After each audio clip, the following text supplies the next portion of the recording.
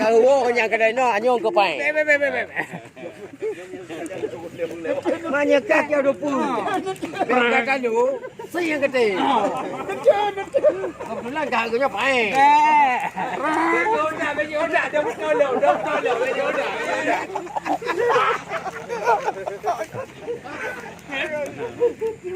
Kalau putar, ada rekam putar.